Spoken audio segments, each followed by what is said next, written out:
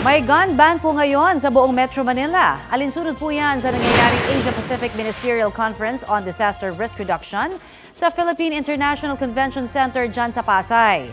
Nagsimula po ang gun ban kahapon at magtatagal hanggang Biyernes, October 18. Mga tauhan lamang ng PNP, AFP at iba pang law enforcement agencies na may official duty ang papayagang magdala ng mga baril. Dahil po sa event, suspendido rin ang klase sa mga eskwelahan sa Maynila at Pasay ngayong pong araw at bukas. Wala rin pong pasok ang mga opisina ng gobyerno roon.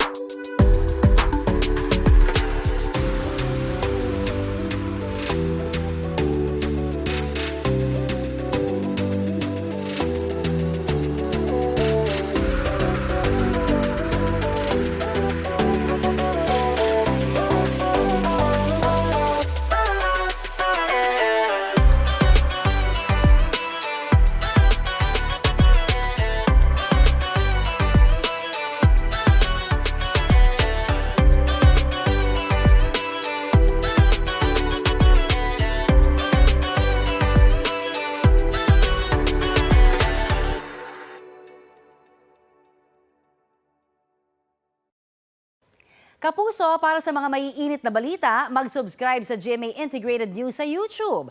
Sa mga kapuso naman abroad, subaybayan nyo kami sa GMA Pinoy TV at sa www.gmanews.tv.